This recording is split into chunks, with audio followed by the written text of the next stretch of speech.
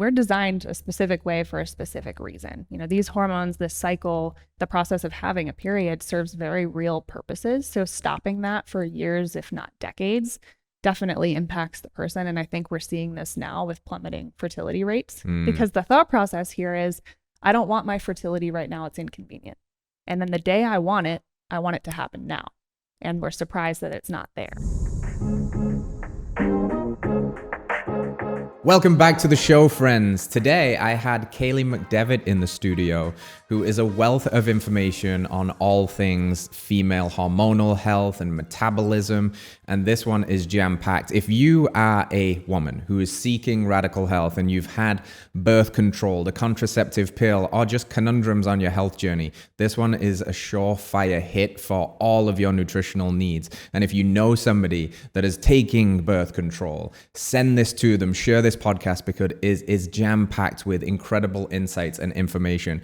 We talk about the pill, of course. We talk about unique nutritional needs. We talk about motherhood. We talk about all kinds of stuff. Finding your way in a very busy, go, stressed out world. And a little bit of philosophy sprinkled in as well. It's very fun. It's the first female guest we've had on the show, and it was an absolute pleasure. So please share this. Of course, we have our callers on the line. We talk about autoimmune diseases. We talk about oxalate dumping and histamine issues. We talk about dietary fat's role in creation of steroid hormones. And we talk about the cycle and different nutritional needs throughout it. Kaely is a pleasure to chat to and a wealth of information. You guys and gals are really going to enjoy this one. Let's get into the show.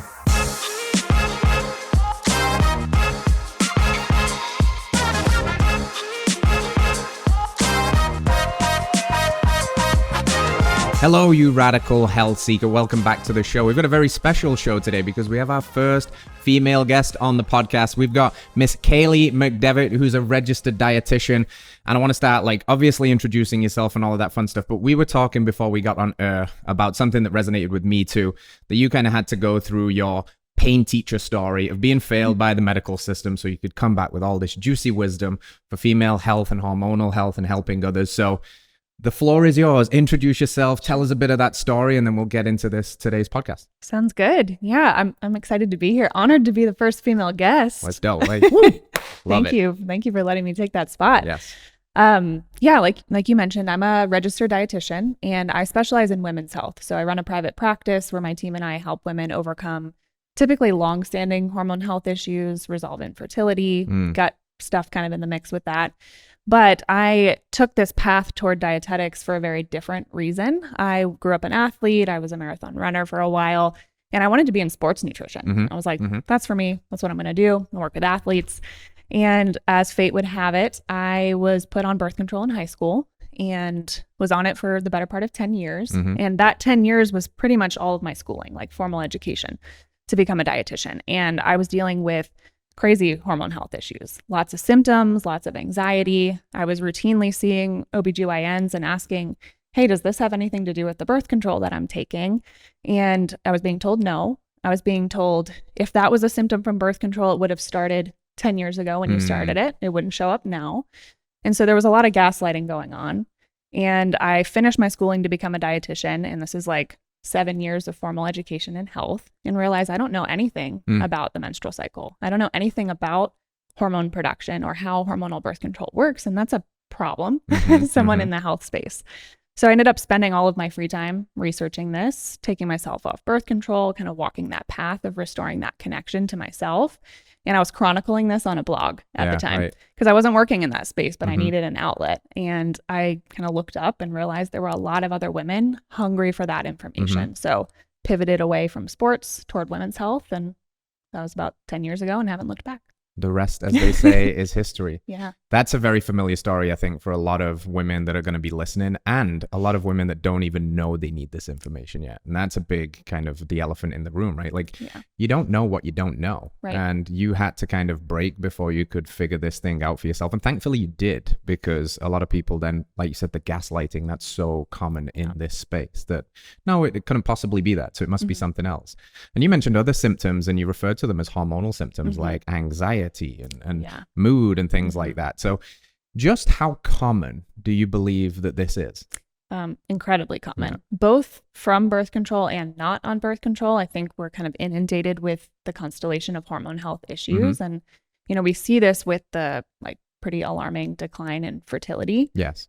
Because whether or not you're trying to conceive now, fertility is a reflection of hormone health. Yeah. It's a reflection of full body health, really. It's a vital sign. So, hormone health symptoms are rampant. Yeah. And we're going to definitely talk about the pill and contraceptive methods and all of that stuff. But before we even get to that, what else is at play here? Because it's not all that, right? It's been steady worsening, declining of our health for a few decades now. So there's obviously some other stuff going on. Maybe it's lifestyle, maybe it's diet. From your perspective, what are you seeing a lot of that's kind of these multifaceted red flags? Yeah, I think nutrition is a big part of this. Obviously, that's the field in which I work and where we spend a lot of our time with our clients. And even as someone that, became a registered dietitian, spent years in school studying nutrition, I ended that program very confused about nutrition. Yeah. Mm-hmm. And I always like to share that because I think it's helpful to know, like, everybody kind of feels this way with nutrition. Like, you have to do some experimenting and you also have to do some critical thinking for yourself. It's not enough to say, oh, the experts in this space say this is how I should eat. So I'm sure we'll get into that a lot, but the nutrition piece is a big issue and has led to like rampant fertility decline.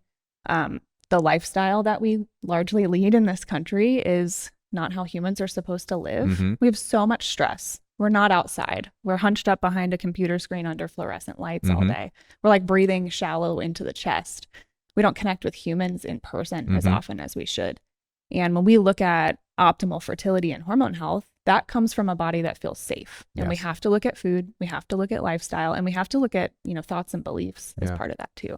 Yeah, I feel like you can't signal to the body that it's a safe environment to recreate life if you're living in scarcity, right? Absolutely. And what you said, I think it's a young quote. He says something along the lines of too much domestication of the animal will make it sick. And you look at animals in zoos and they're alive, but they're not necessarily thriving. Right. And you would say that hormonal health and the ability to get pregnant naturally is an aspect of thriving and being able to, carry that full term and give birth and all of those things. So what I wanted to touch on, because you did, and I think it's wonderful, is this idea of continuing your education, not just saying, okay, I'm an ADDI now, I've made it, because we know that not all ADDIs are created equal. Like not all doctors are created equal. Not all people's capacity to continue learning or critically think and then run the experiment for themselves, because I've seen some pretty shocking advice from registered dietitians. And then I've seen some ones that are like stellar in their advice, like yourself. So what's going on there? Is it just that is it the education kind of broken and it is requiring you to just continue that path and self-investigate? And what's your take on that?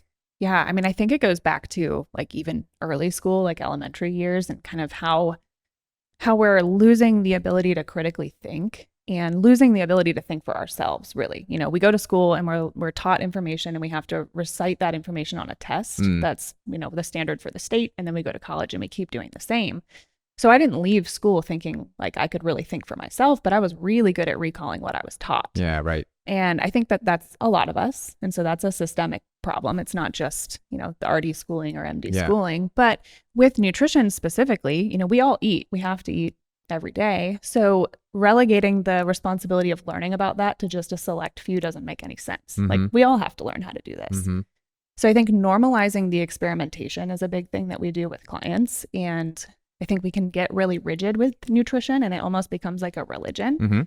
And then we're completely disconnected from what feels good to us. So knowing like, hey, you can gather information, you can consult with experts, and then you got to try some stuff on. You got to see what feels good. And then you keep what works, you let go of what doesn't, and stay fluid with it. And I know it was hard for me to let go of some of the stuff I was taught. So a lot of unlearning going on and kind of belief systems shattered on that healing journey. But that's freedom, right? When you can make these decisions for yourself. Yeah, it's becoming an adult in so many ways, because adultism isn't defined by age. You don't magically become an adult at 18 or 25. There's many 50-year-olds that are still stuck in a child archetype of exactly what you were just saying. Well, the experts say this, so I'm just going to eat it hook, line, and sinker, and I'm never going to question it. Even if I'm getting injured in the process, that's the way it should be. And I think you're dead right. I think the school system teaches people what to think, not how to think, and that gets us in trouble because life is very complex and there are very polarizing views. In this space in particular, you've got the extreme ends of strict carnivorism, nothing but beef and salt, and then you've got veganism, nothing but plants. Yeah. And then you've got this whole thing going on in the middle, and understanding that people are as different on the inside as they are on the outside. They need different things at different times. Male and female physiology is different.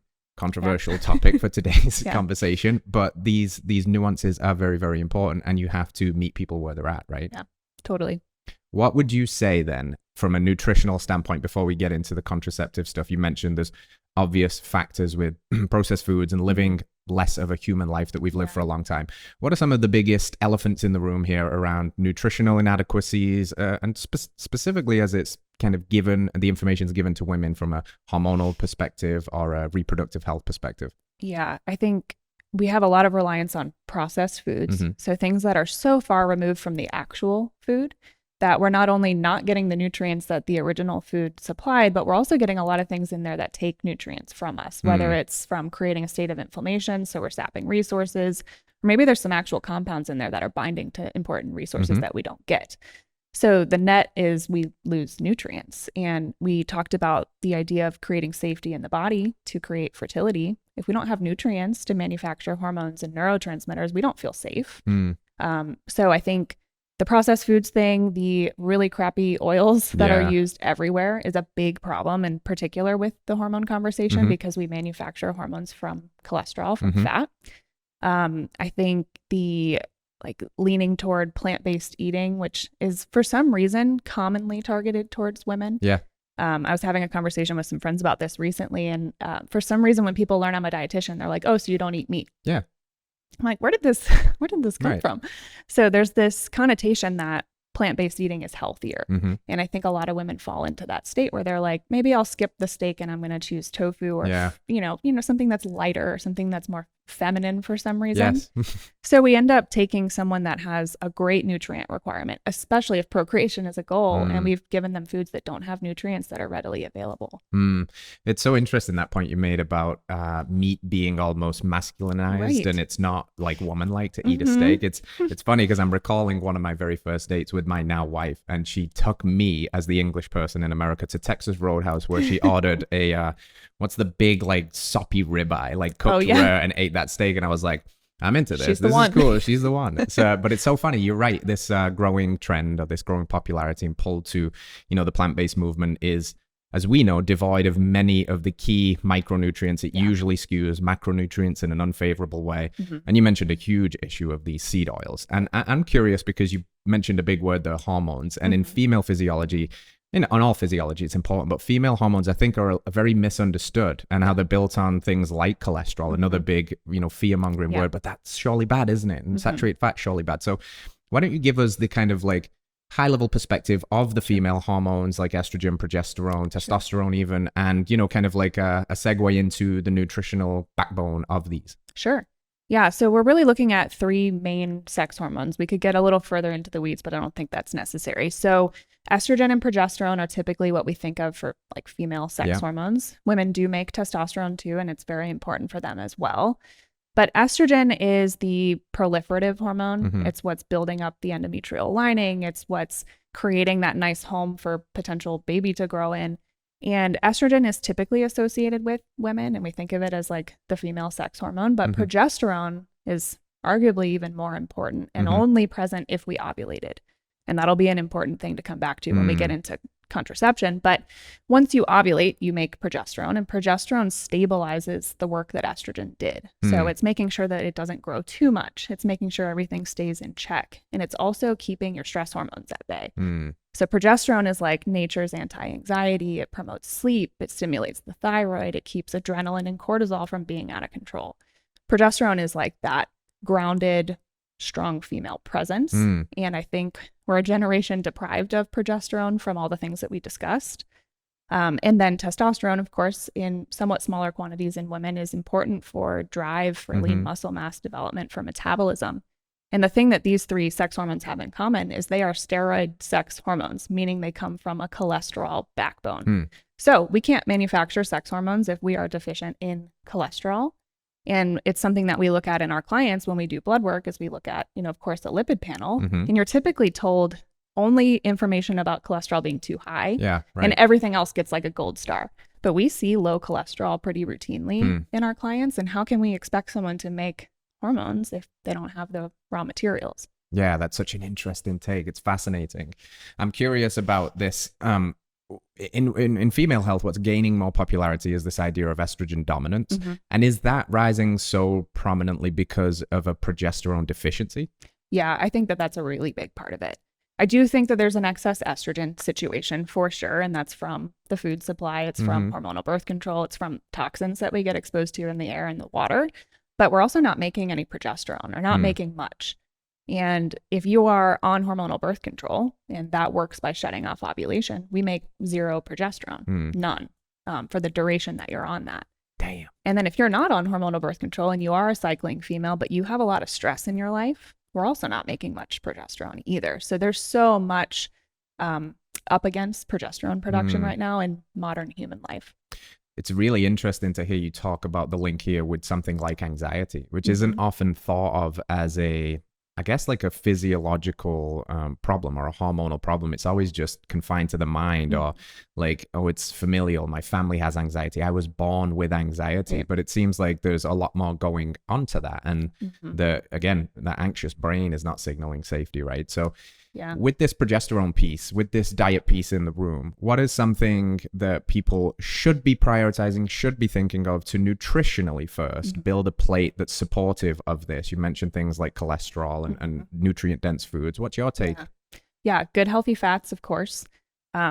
Protein, adequate protein that's actually absorbable to you, and fat-soluble vitamins. So vitamin A is one that I nerd out about a lot in this space. And we need vitamin A in the retinol form specifically, which is only animal products. This is like my biggest argument against plant-based eating in the women's health space is where are we getting that retinol? Because we can't unless we're including animal sources.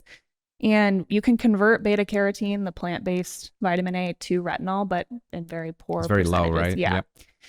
So we need those fat-soluble vitamins. We need adequate bioavailable protein. We need enough fats. And then we need enough carbohydrate in our diet too. And that's part of minimizing the stress, minimizing the cortisol and adrenaline that we tend to ride on if we've got low blood sugar. So a good like macro balanced meal made up of real foods and animal products. Yeah, that's a good evolution of more of this animal-based approach now, which stemmed originally from a carnivore standpoint, which was very protein and fat-centric, but very much kind of like in the war against carbs world, and seeing that there's long-term consequences of that, right? I mean, we could look at evolution and make an argument that for certain periods of time, we would be in deep ketosis forced from fasting or from an inability to access fruits. But this piece, again, of stress and scarcity, if you are constantly carb-restricted all the time and running stressful pathways like gluconeogenesis, breaking down muscle tissue, it's not signaling abundance. So I like this more balanced take. It sounds kind of like what you're describing in terms of protein and nutrient-dense food, vitamin A. We're no big fans of liver here. It's almost sounding like the animal-based diet wouldn't be too far away from something like your framework. Absolutely. And another big piece of that is choosing foods that provide nutrients in a very easy to digest format. You know, if we are limited on time with a client and we're trying to restore fertility, we need to make sure that the foods that they're eating are readily usable to them. And we're not having to put a bunch of work on the digestive tract here that shouldn't be there, especially because your average human stress level is a lot higher than it should be. Yes. So we're not digesting very well when we're stressed. So if we look at animal products, if we look at fruit, if we look at honey, a lot of the things supported by, you know, the carnivore diet, carnivore plus fruit and honey, I guess, those are really easy to digest foods. And what's cool is we'll often get clients that are eating, this was me too, so I can level with this, eating massive salads, like huge, as big as my head salad. Big ass salad, right? Big ass salad, yes. Because more vegetables must be better than some. And I need to eat a ton of them to feel full. So I'm going to eat this big salad. So we'll go from that to a lot less vegetables, bringing in some fresh fruit, which a lot of times had been cut out because we were scared of carbs for so many decades. And it's like an instantaneous change in energy and digestion. Yeah. Because now we're actually getting these nutrients and we're not putting a ton of fiber into the digestive tract and hoping for the best while we're stressed. Yeah.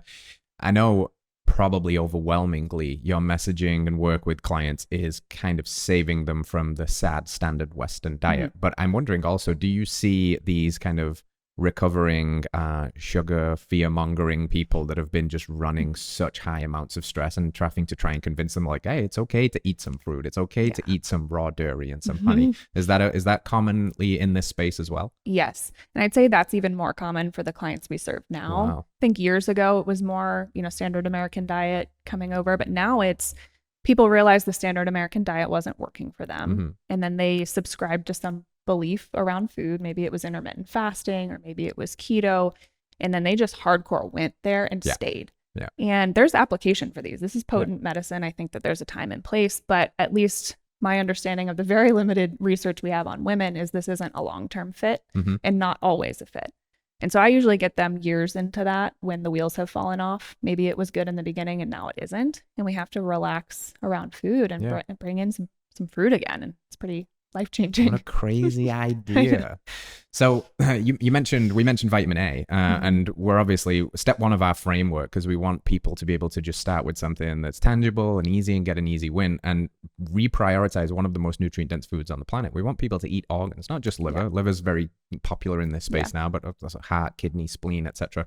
Where does organs kind of fit into are you recommending these to people trying to reclaim their health and get pregnant and all of that stuff? Yeah, absolutely. I think this is part of the most nutrient dense foods we can offer, right? If our goal is give them the most nutrients in this meal that we can, we have to include organ meats in that conversation.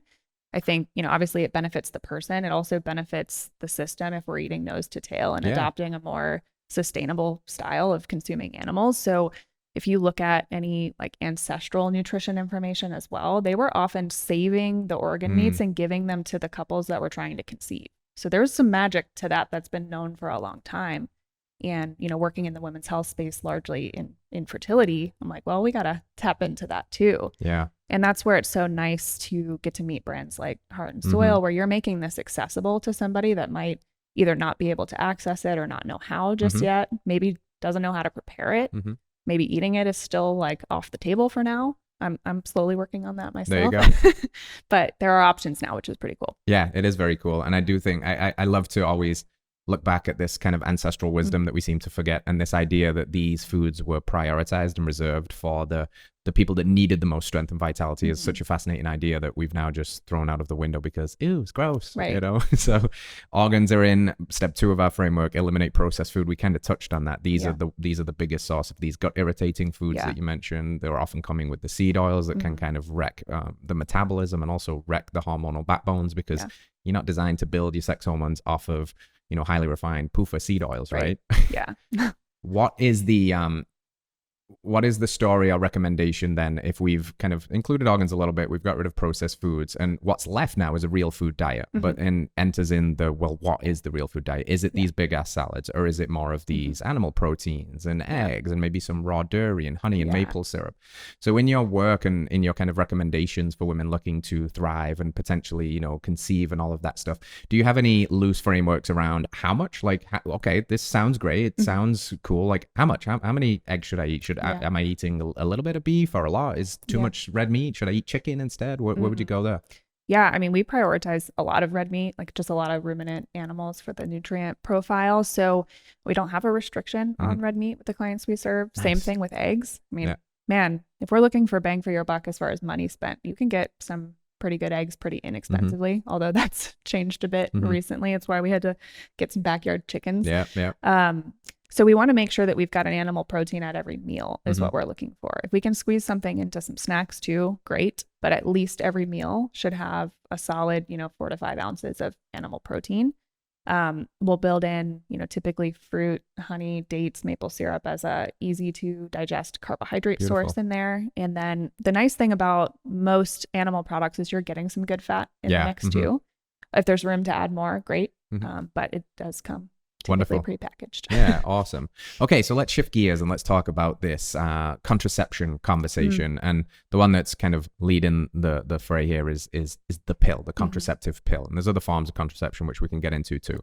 But what's the story here? Like, where did this gain, or how did it gain so much popularity? Why is nobody talking about these side effects? And now this kind of explosion of people realizing they were injured by it, and it's just kind of like inconveniently swept under the rug. Yeah.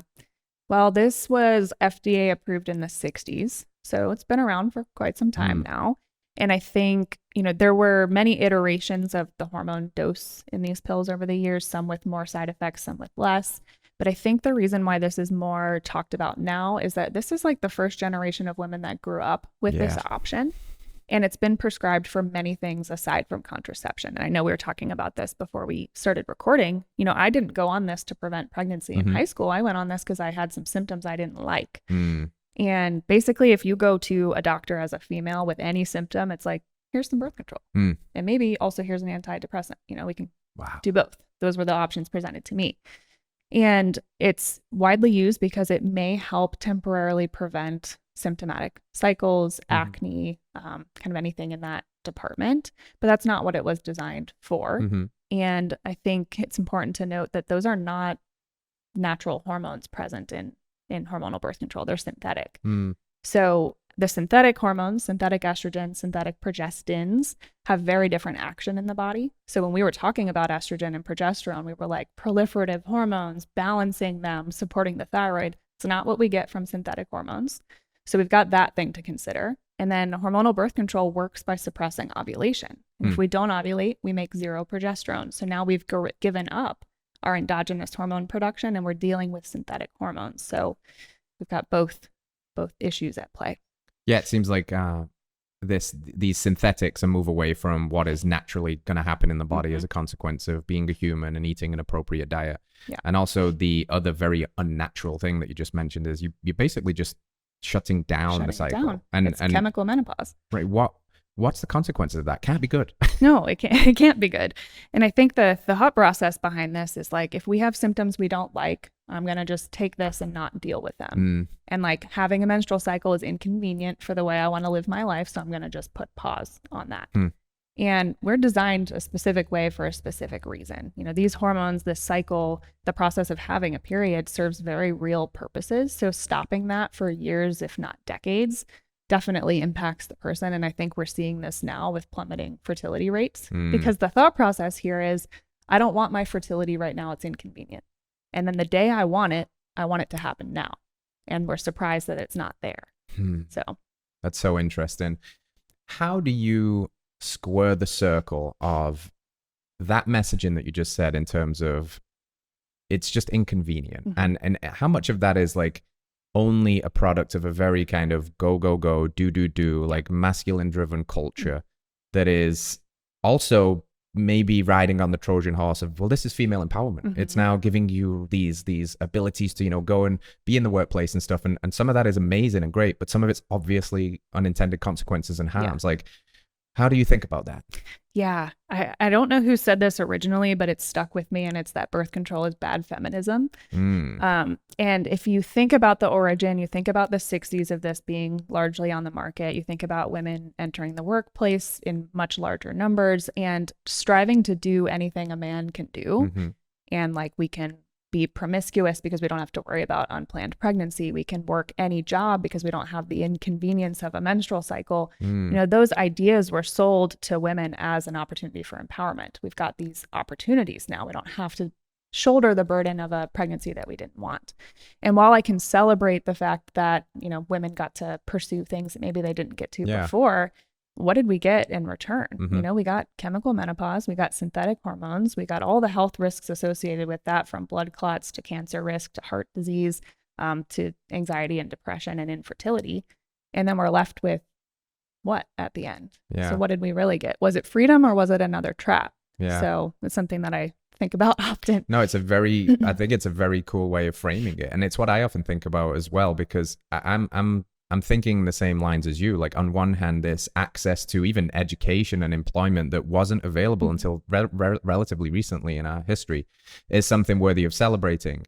And at the same time is like, what are we actually getting from this, and what's happening? And, you mentioned something like infertility, and there's also this conversation of declining birth rates and potential population collapse. And a lot of people are like, oh, well, humans are a scourge on the earth, so good. And it's like, wait a bit, like, for the first time in history, women have no children at the age of 30, then they are with child. That's for the first time since records have begun. So, on one hand, that's because they're the economic stresses of needing two income households and all of that stuff, but it's also a consequence of that, right? I'm going to pursue career more than this, and maybe later I'll come back to it, but now my window is shorter, so now maybe I only have one kid, where a few generations ago we were 3 or 4 kids. And all of this stuff is just interesting because it changed the landscapes of who we are as a species and a culture moving forward. I know. And, you have to think about the marketing efforts behind this too. And a big piece of the education that I aim to provide is that birth control isn't your only option for minimizing symptoms or preventing pregnancy. It's actually pretty simple to do those things. And so it was presented as like, this is the one route for freedom. Like, we can pursue careers and educational endeavors and not have symptomatic cycles without birth control. That's just not what you're going to see an advertisement for. So it's a big education lack in that space. And what are some of those other ways to pursue the freedom then?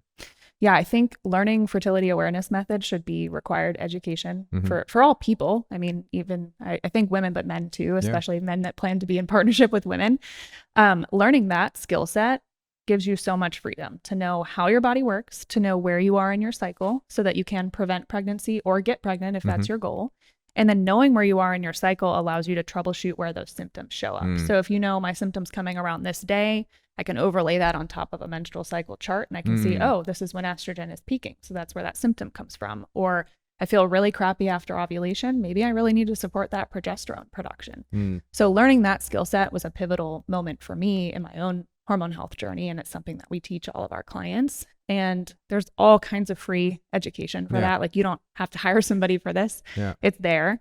I hope that maybe that'll be 7th grade health class one day, but that'd be cool. Right now it's not. It's like reconnecting you back to your womanhood in a way, right? Like, since you were, this big, nobody's telling you about this stuff. You have to find it again. You're like, why do I not know my own body and what is happening? And most of the time it's a male doctor just saying, oh, well, this is inconvenient, so here's this pill. So the fertility awareness method, that is basically understanding that there's a very small window where you can actually get pregnant naturally, right? Just 6 days. 6 days out of a month.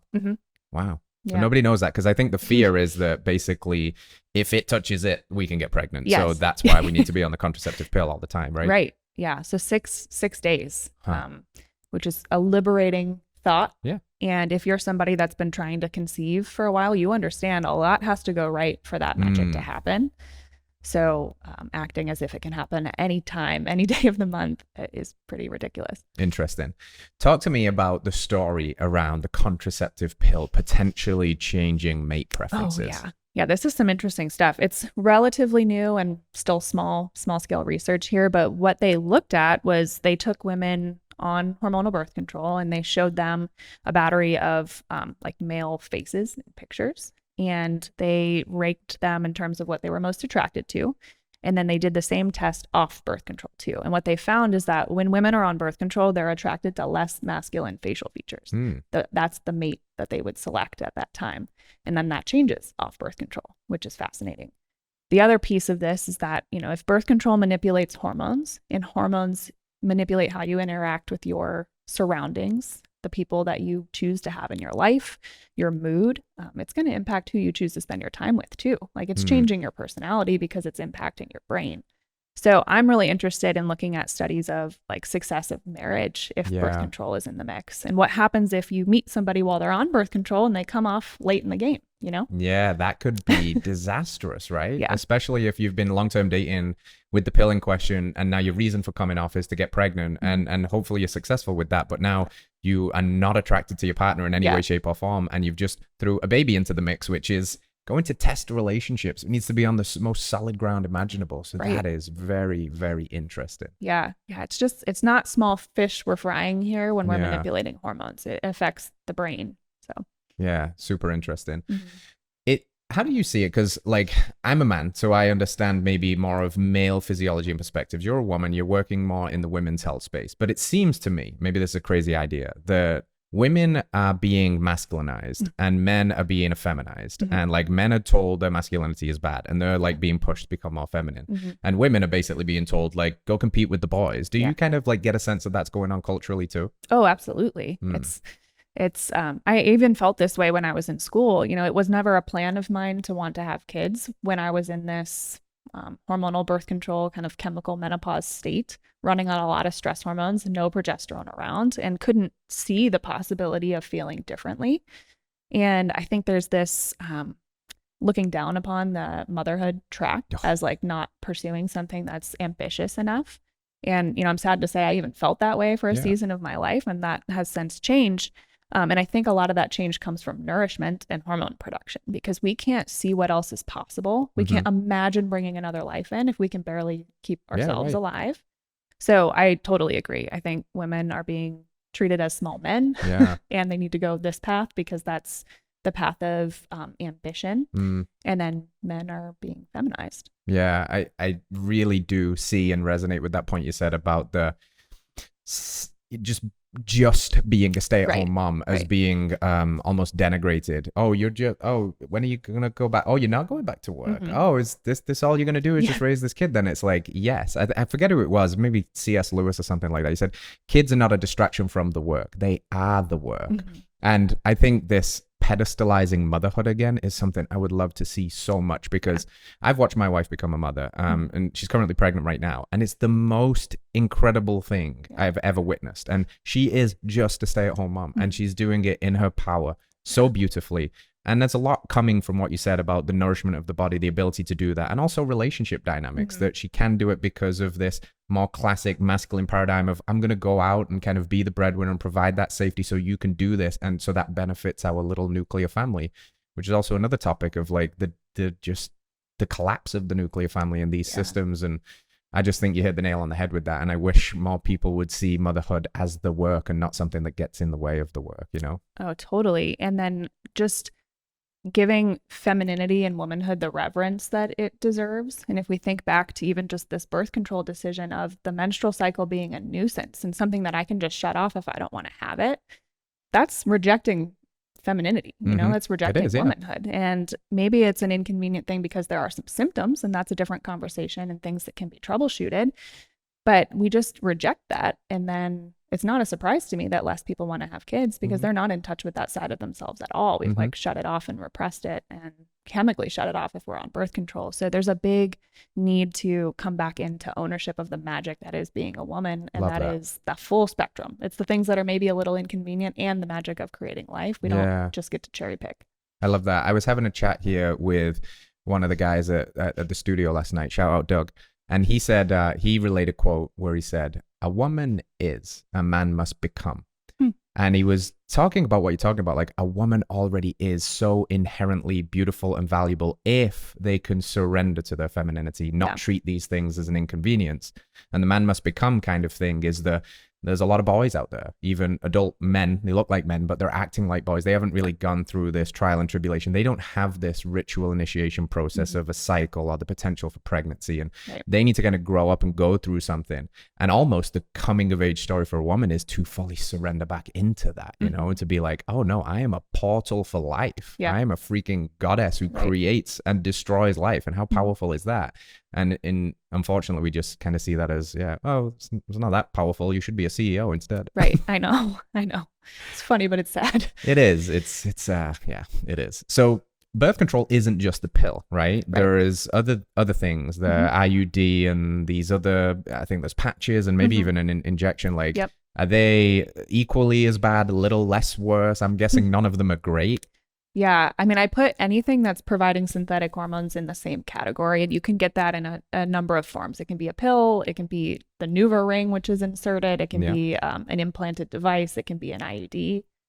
And they're all providing, different balances of synthetic hormones. Some are both estrogen and progesterone. Some are just progestin, but the end result is the same of suppressing ovulation and your own hormone production.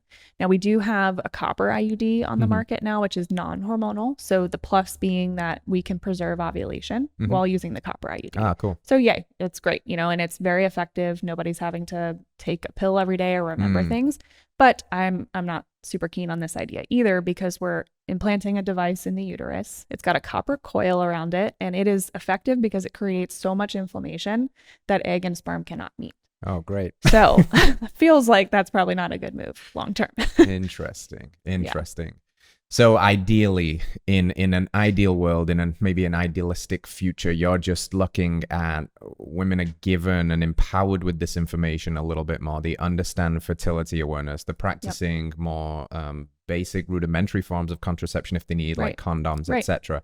And really just getting off of these altogether in an ideal world, right? Yep, absolutely. Yeah. Okay, cool.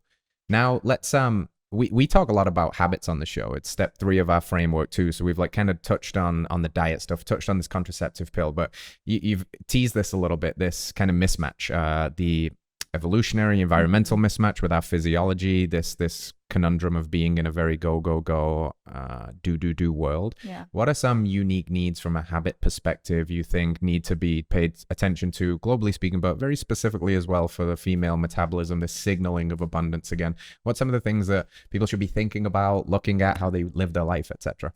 Yeah, I think we really need to consider the pace at which we're moving through things. And I'm a business owner as well. I've got big goals in that department of my life too. And I don't mean this to say we can't pursue the things we want to pursue, but the pace is really important. And I do think different women and different seasons have different capacities, but you have to be in touch with yourself to know that. So I would challenge anybody to think about, like, how do I feel throughout the day? Am I present? Am I where my feet are? Or is my mind running 1,000 miles an hour? Am I like barely remembering to eat lunch and I don't even chew it? It's just like down the hatch because it's all I had time for. And if that's how the day feels, like frantic, scattered, not present, then we really need to slow things down and create opportunities for that, like coming back into the body.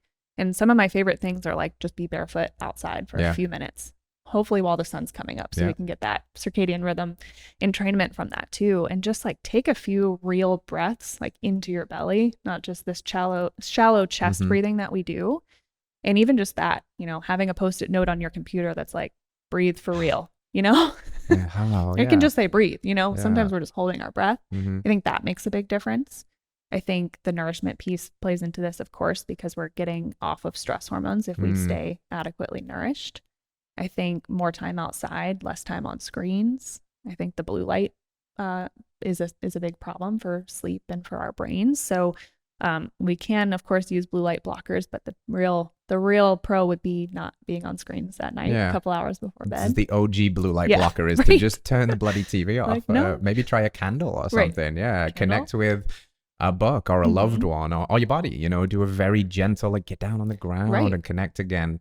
I mean, we're sitting here on a little grounded mat under here because huge fan of that too, like ground and connect to nature, connect to the earth, look at the sunlight at the appropriate times, things like that. I think, again, this idea of slowing down is very powerful.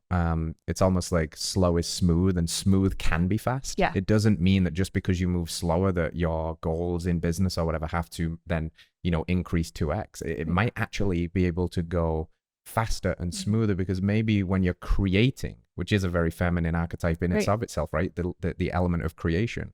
That what if you're creating now from a place of integrity and alignment, and what you say just hits differently and what you create hits differently instead of being more scatterbrained and frantic. Have you experienced that in your kind of like own coming of age as a business owner who's also trying to square this circle of also like staying in touch with her femininity? And how are you personally trying to navigate that?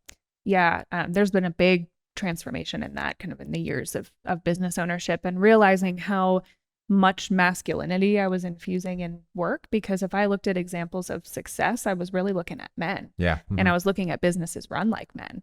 And I was wondering why I was burnt out all the time. I didn't feel like I was creating anymore. You really can't be in creative flow if you're really rigid. So a part of this was, building a team and delegating things and having help creating some masculine structure that's necessary for the success of the business, but allowing me to tap into the more feminine aspects that actually got me into this work in the first place. I love to create and to teach, and I felt like I was being a hypocrite because I wasn't doing so from a place of really being an embodied woman.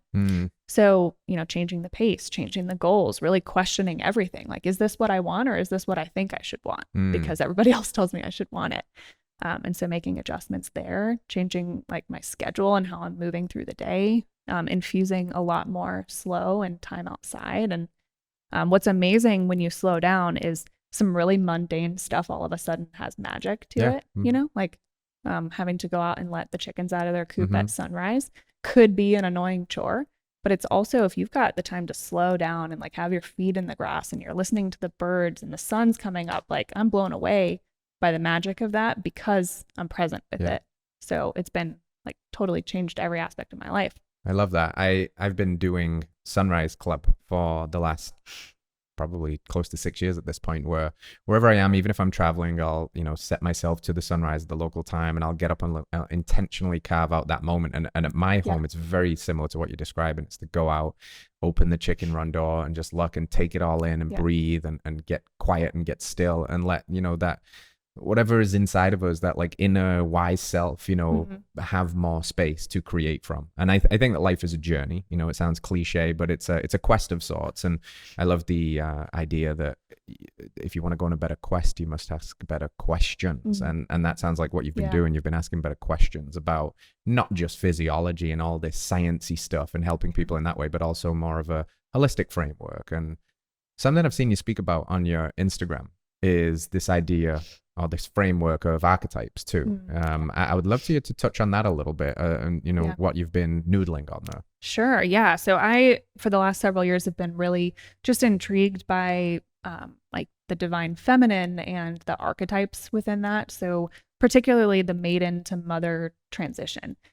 And I read the book Maiden to Mother, and I had this epiphany where I realized that that was the same work we do with our clients, serving women of childbearing age and getting them to a place of really nutrient depleted and scared and like reactive to life, to a place where they're really grounded and tapped into this like inner well of knowledge and calm, and have the option of bringing new life to this world. And I realized that that was the same thing. It's taking like the less mature feminine archetype, the maiden, which is reactive, which is relying on other people to tell them what to do. It is deriving worth from opinions of other people, to the more mature mother, which is, self-sourced, which doesn't rely on other people's opinions. It's responsive to the world, not reactive to the world. And if we look at, kind of on every level from hormones to even the cells, that's what that journey looks like, of nourishment, of mineral repletion, of making enough progesterone. So I just really nerd out over that aspect. It's very cool. Again, it's something that I think can be sometimes lost in spaces where we can get too much into the weeds around minerals and micronutrients. They're all super, super important. And I often think about, this consciousness that we have, this awareness, it's carried inside of a body. So the health of the body dictates maybe our ability to experience more of life or think clearly. A brain that's inflamed and nutrient deficient isn't probably doing those things very well. But at the same time, it's not all X's and O's. It's not all nutrition. It is more of this mindset stuff. It is more of this just what's alive in me, what's moving, what makes me, what resonates, when I get into this and I'm like, oh, this is some good stuff here. It's kind of the remembering that we've talked about before, the remembering who we are, where we came from, not necessarily to romanticize that and go back to it, but also to remember that's who we are as an animal, as a species. And if we lose it altogether, I don't know, is that evolution or is it devolution or is it collapse? So I don't know what it is. So it's really cool to see you approaching it from both angles very, very well. Yeah, thank you. It was like this aha moment because I was always looking for something more with the nutrition nitty gritty, the details. And that was a framework that made me realize it was a bigger picture than that. And I think, I don't know if it was like growing up with Harry Potter or what it was, but I'm always looking for ways to infuse more magic into the work that we do. And like, why not, right? Like, this is your life. Yeah. I mean, life is pretty magical. Like pregnancy, birth. Right. That's magic, it's pure magic. Pure magic. So be more magical. There's a good little invitation for you. I have a bit of a selfish, curious question because I've seen you talking about this a bunch recently, the idea of tongue ties. My son had to get a tongue tie revised. Okay. And it was pretty brutal because we didn't get it early enough. So we had it done maybe when he was, I don't know, maybe 1.5. And that meant the night stretches every 4 to 6 hours, waking him up. And it was pretty traumatic, and it actually really then helped with his speech afterwards and his ability to take bigger bites of food without choking or gagging and things like that. But you're looking at it as well, not just in the baby, but like there could be many adults walking around with tongue ties, right? What's the story with the whole tongue tie thing? So to be fair, I'm not a full-blown expert in this space, mostly just personal interest right now, but it got on my radar because I had a client a couple years ago who like on paper did everything right, dream client, crushing it, but was tracking her heart rate variability, and we just never saw that budge. It was always not good. And she ended up seeing somebody, and they were like, I think you have a tongue tie. And then I was like, oh, I didn't know that was a thing in adulthood. And she goes down the path of myofunctional therapy and getting it released.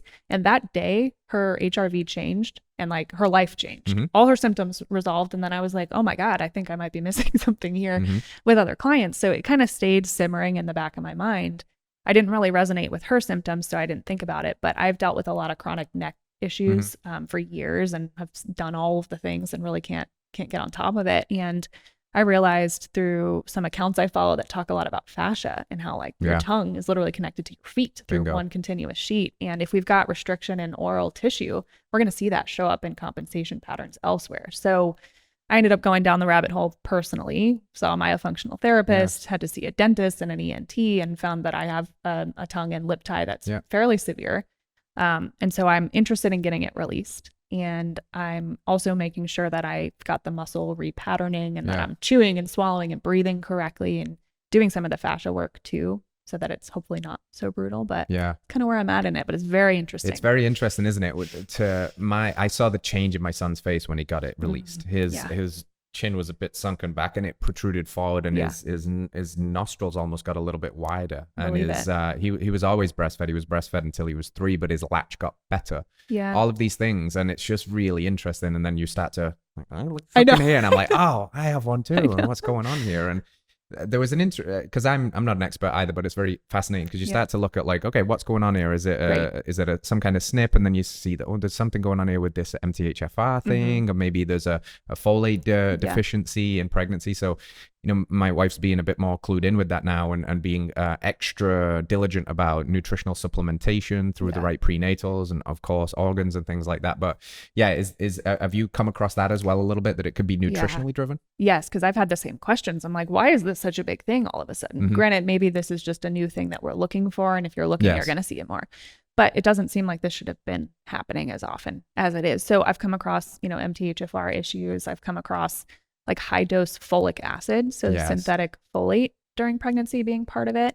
And we should have frenums, like that's part of development, but they should be getting smaller as we develop. And so, why are we having developmental issues there? I think there's a lot of palate development problems too, just with nutrition and breathing. And, Weston A. Price did a lot of work in that space.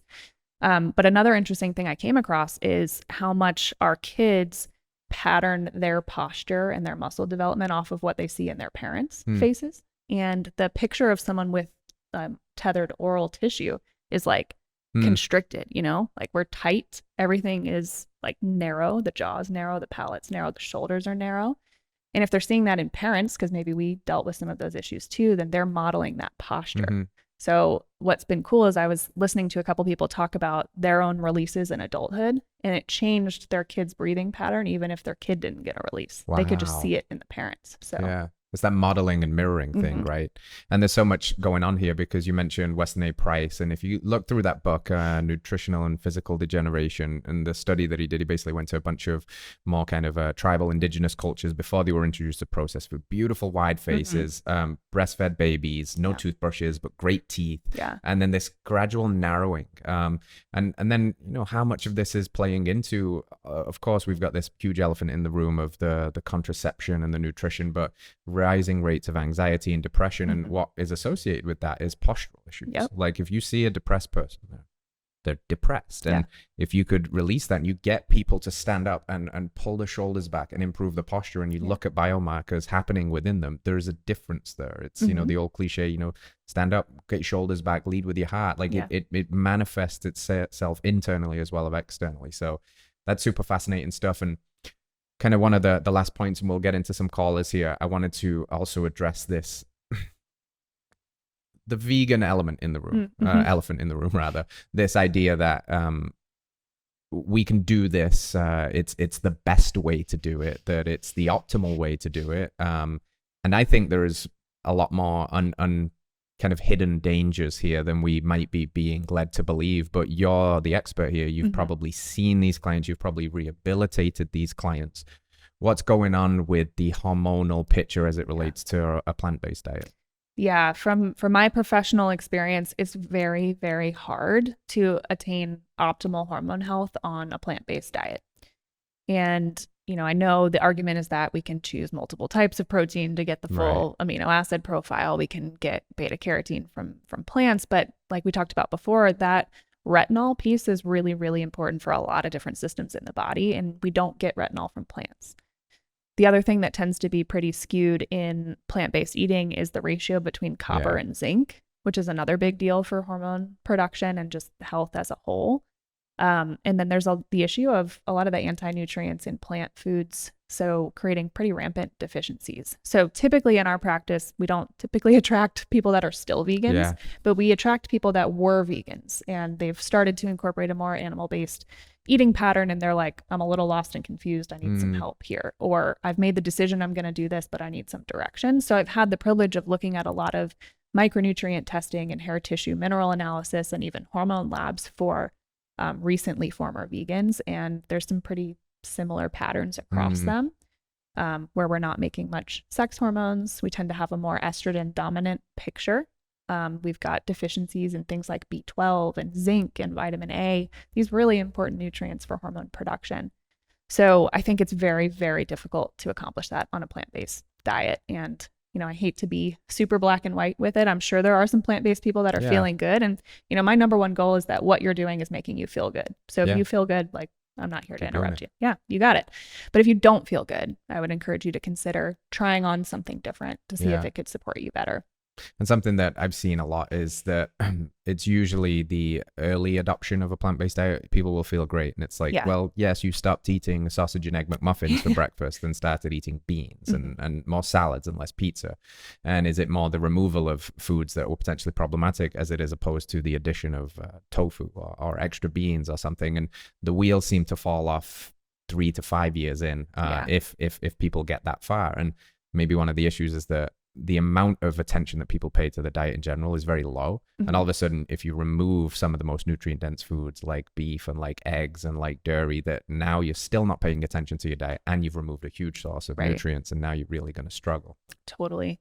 And I think there's also the argument that it's better for animals or the planet to eat a plant-based way, which is patently not true either. So, we do often spend some time on that education too. Cool. And that, well-sourced animal products actually really benefits the animals, benefits the planet and the soil. And there's a way to do this that supports all systems. Yeah. And getting away from that like monocropping plant-based processed foods to something that is regenerative.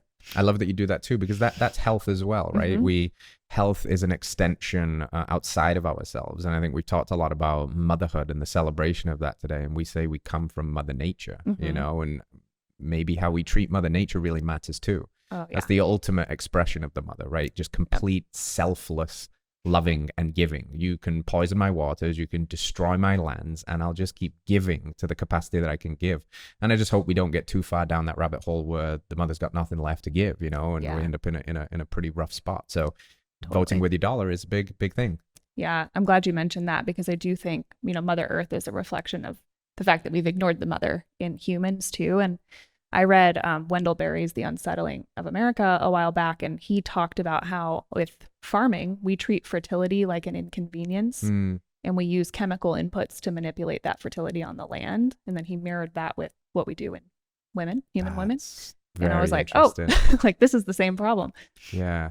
I've always loved the play on words too, and there's like humus is soil and humus is like human and soil is like soul, and I don't know whether there's any I'm just completely bro sciencing that, but it's interesting to me because that's an interesting connection. Yeah. All right, that was awesome. Thank you so much for your information. I guess I'm going to move into the questions really quickly here, but what I want to kind of close this section with is, what should somebody be looking for as a potential red flag in their system that they need a little more TLC in this arena, that they need to be looking at these things? What are some of the most common symptoms in your experience?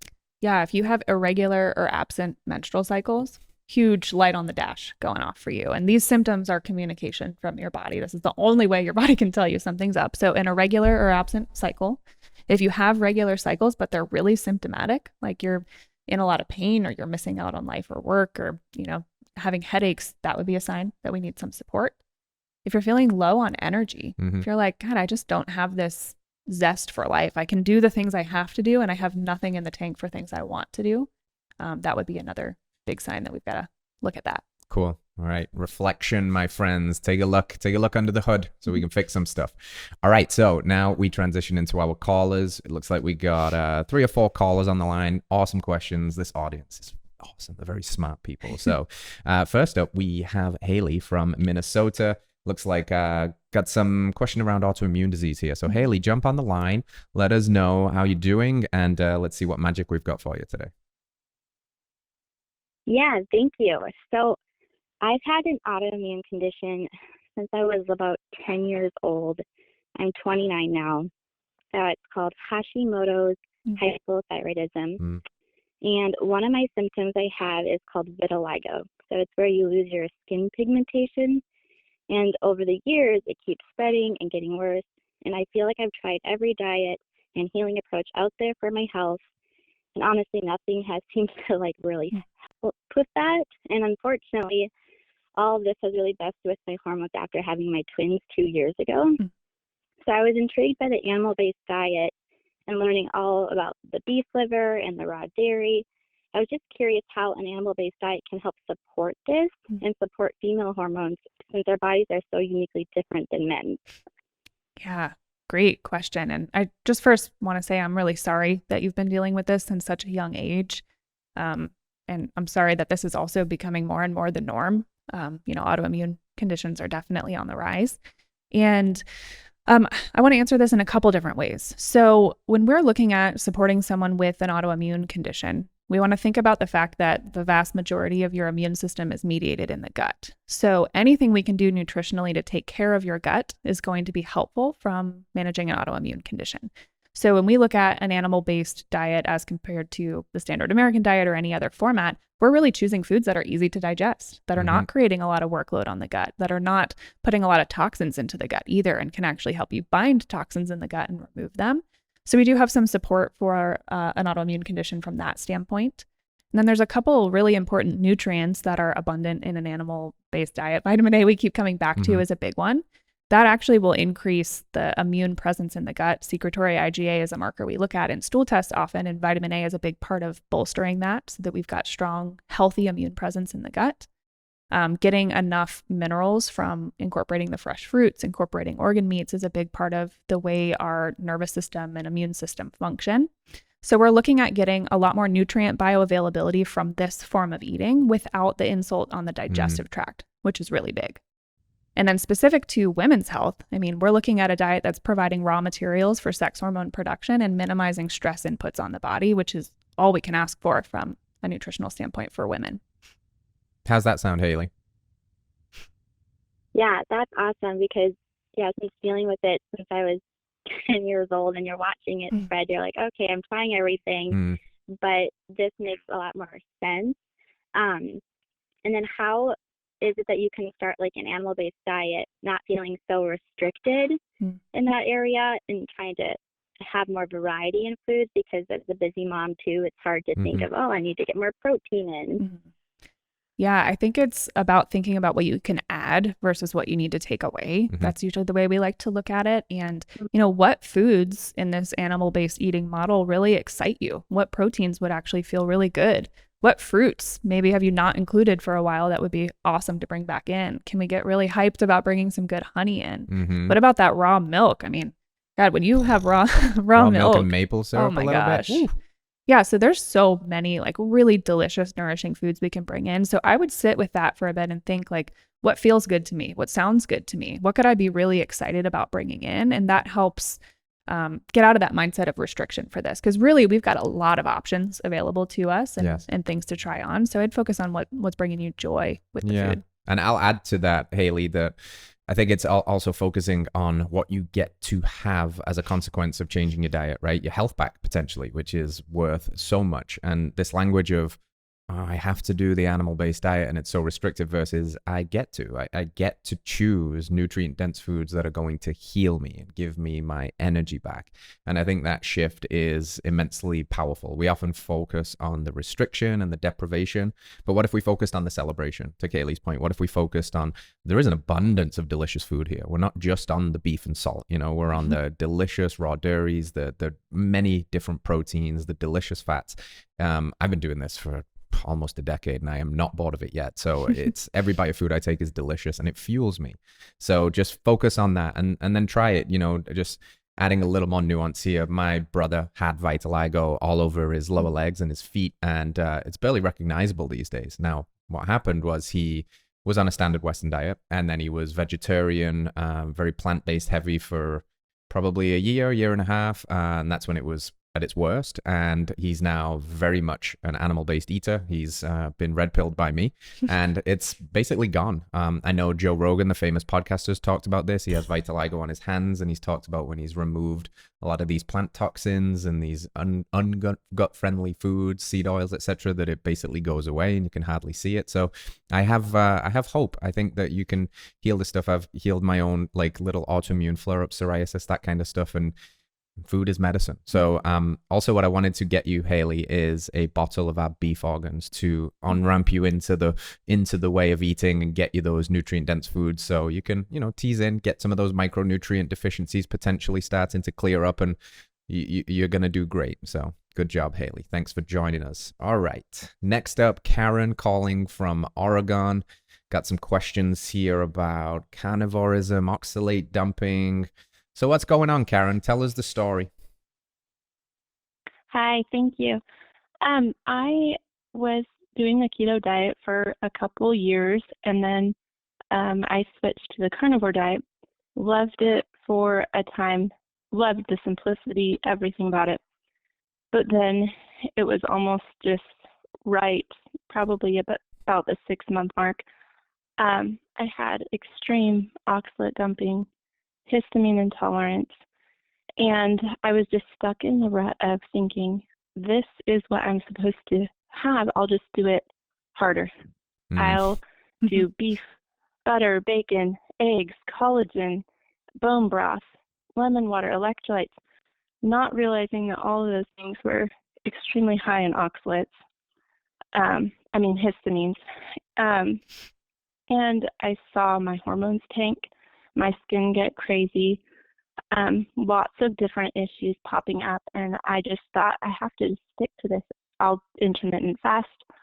I'm a rule follower. I'll just do it to a T, which I did, and it just got worse and worse. So I've been trying to heal from that.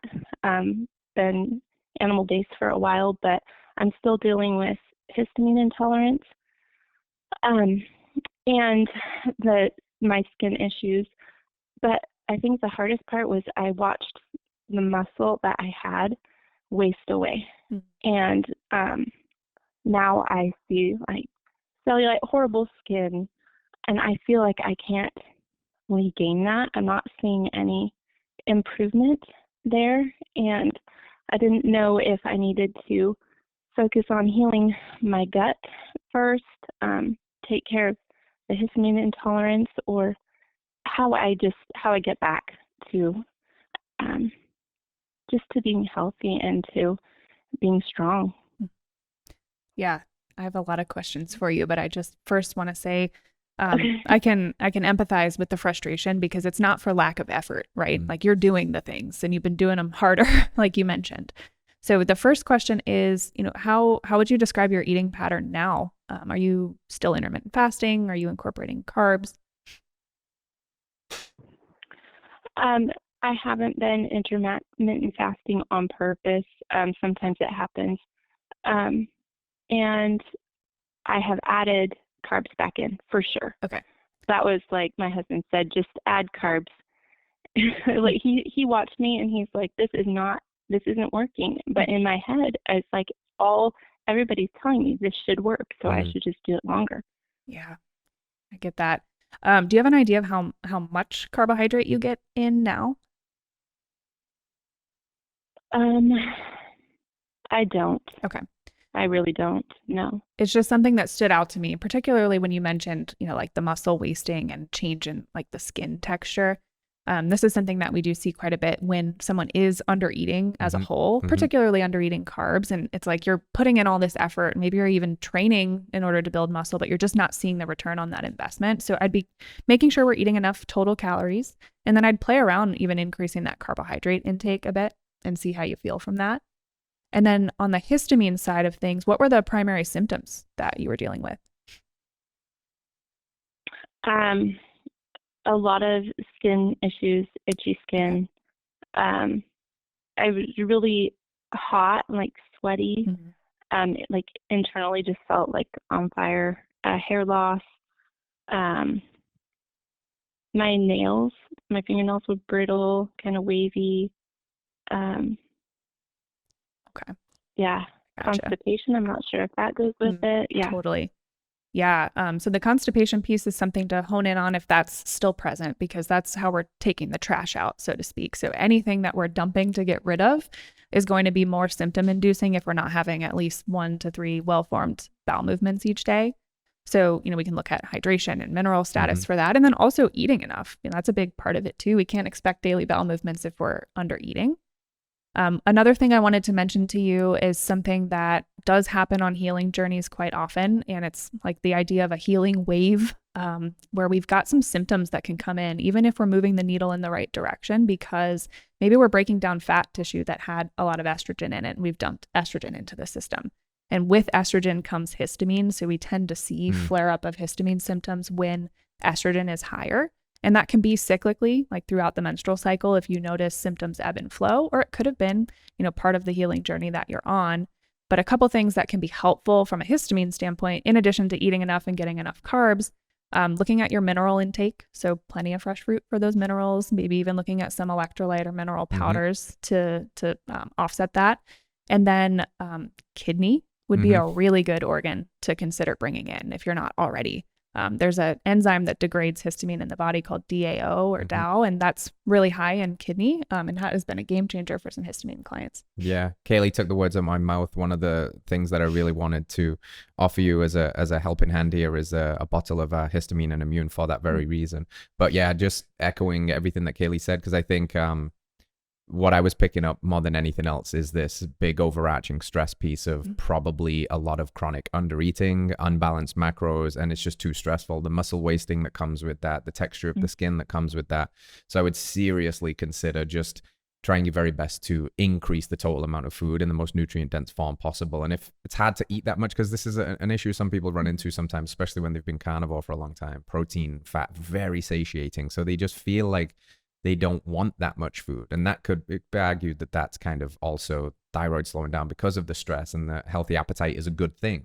So maybe you need to switch a little bit more to like liquid calories too, like drink a big glass of raw milk with each meal, have some fresh fruit juices, like nourish, because I think that the path out of this is nourishment. It's getting your fuel back in the tank, and the body's probably just been stuck in that place of scarcity that we've talked about so much today.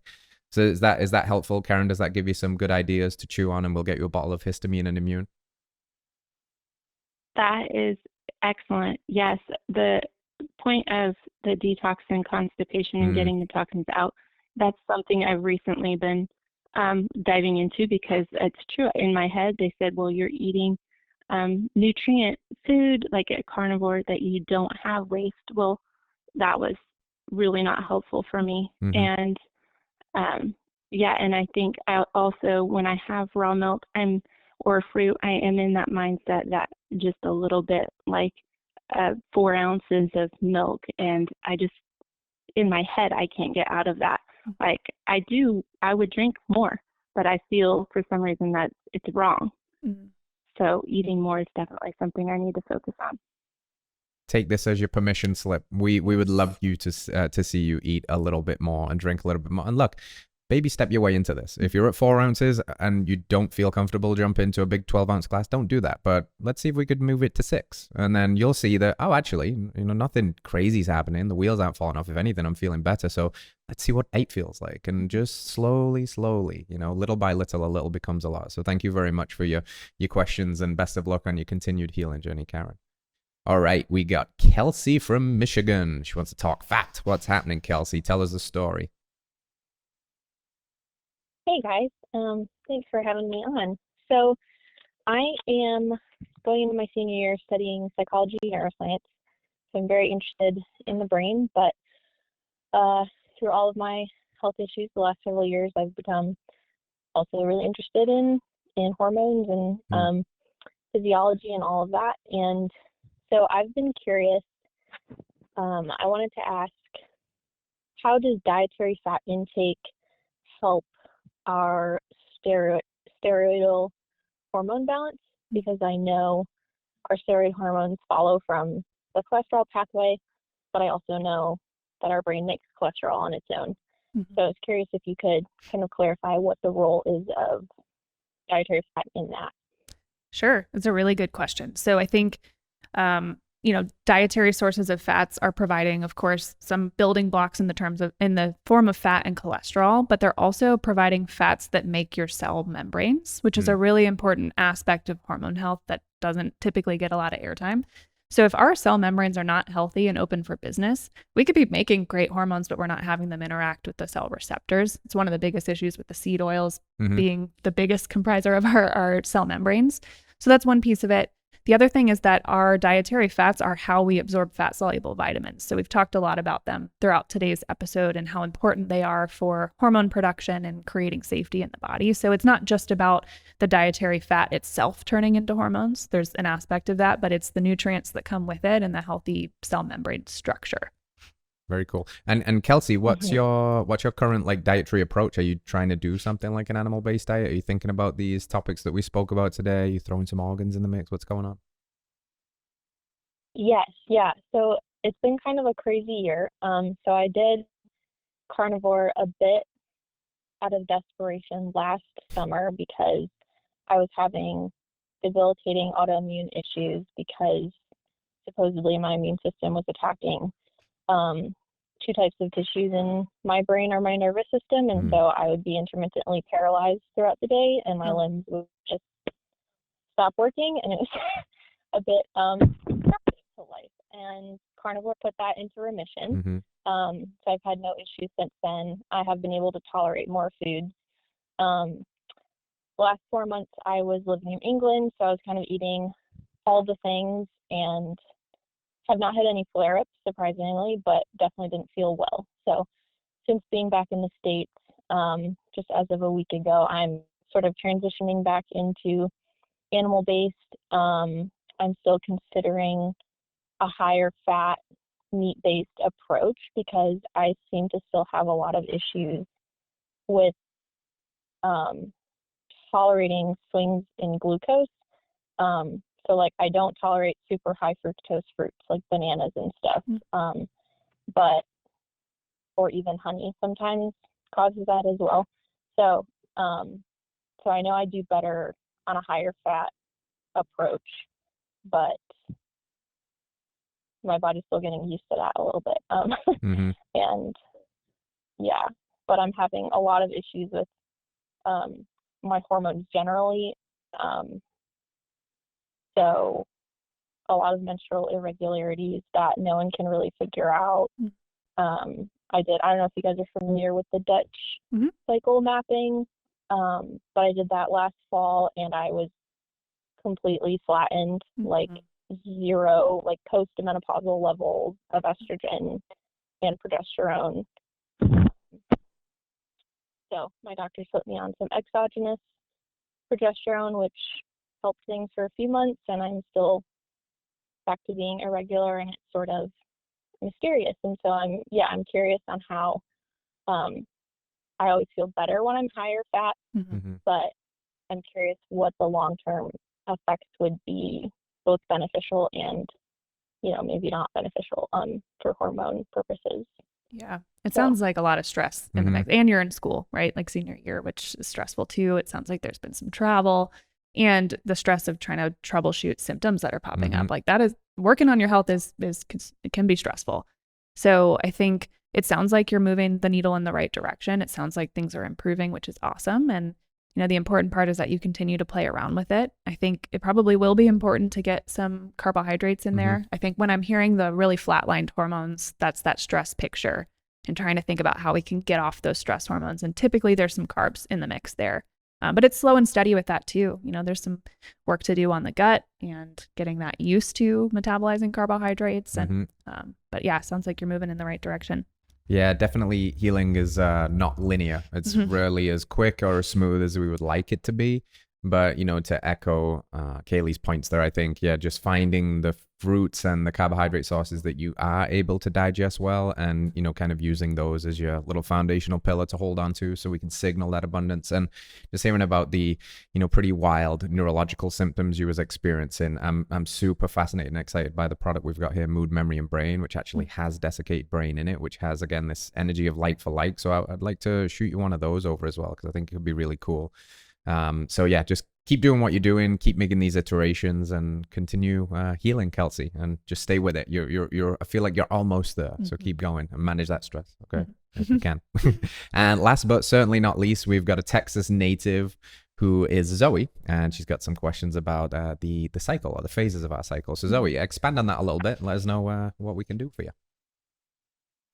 Yeah, hi y'all. Thanks for taking my call. My question is about how women's nutritional requirements or needs might change depending on the phase of the menstrual cycle that we're in. And, how might my macros need to be adjusted from one phase to the next? That's a great question. Love that question. Yes. So I want to start with, it's not always necessary that we tweak macros from phase to phase in the cycle. I'd say this is like varsity level, like if we're looking at the basics, we can be pretty much the same throughout the month. But if we're looking to really take things up a notch, like our foundation is strong, then we can start to get this specific. But this idea is because in each half of the menstrual cycle, so the 2 weeks before ovulation and the 2 weeks after, have a completely different hormone environment. So the first 2 weeks is very estrogen dominant. That's what eventually triggers ovulation. And estrogen actually makes us more insulin sensitive in healthy amounts. We can get estrogen dominant and it starts to end up being it's a Goldilocks situation. But in that follicular phase, the first 2 weeks, so from day one of your period to ovulation, you might notice that you tolerate carbohydrates a little bit better. You might notice that you can train a little bit harder. You might be hitting some PRs in the gym. You might tolerate higher intensity training because of that effective estrogen. And then once ovulation happens until the start of the next period, we've got mostly progesterone around, or we should. And progesterone actually increases our metabolic rate because it stimulates the thyroid. So our calorie intake can be a little bit higher in those second 2 weeks. We tend to do better with a little bit more fat, a little bit less carbohydrates, because we lose the insulin sensitization of estrogen. And so you might notice that you tend toward more lower intensity training in the second half of the cycle, maybe not hitting PRs in the second half, maybe more walks, more like classic strength training where we've got rest intervals, maybe yoga, Pilates, that kind of stuff. So it typically looks like that across the menstrual cycle. That's really cool. Could that explain like the different phases of the cycle, also like a little bit more bloat and that and those kinds of things too? Is that kind of what's going on? Absolutely, because those hormones affect motility and fluid retention. Very cool. Is that helpful, Zoe? Yeah, that's really, really interesting and helpful to kind of take a bigger picture perspective to it. It's been on my mind recently because I just recently weaned my baby from breastfeeding, and so things have changed so much, and my caloric needs have changed, and so trying to settle into my new normal, that's a really good perspective and big picture approach to carry with me. So thank you. Beautiful, Zoe. One thing I'll add there, just from my personal perspective of watching my wife go through this, obviously, good job, mama, for breastfeeding, all of that stuff, like electrolytes, minerals, all that stuff that we hammer all the time, and micronutrients. So I'm curious, are you doing any organs in the diet right now? Yes, I have recently been doing gut and digestion package. Beautiful. Okay, cool. So let's get you a little more diversity in there then, and we'll get you a bottle of broad spectrum nature's multivitamin, the beef organs. And thanks for everything that you're doing, Zoe, and best of luck continuing to heal and thrive. And that is it for callers, Kaely. Good job. We Awesome. smashed it. Oh, Well, you great. smashed it. I just kind of like put a little bow on it at the end. So kind of outro phase. What do you want to let people know? Is there anything that's still on your mind, a burning thing that you want to tell anybody, or just sending people where they can find you, what you're excited about, all that fun stuff? Yeah.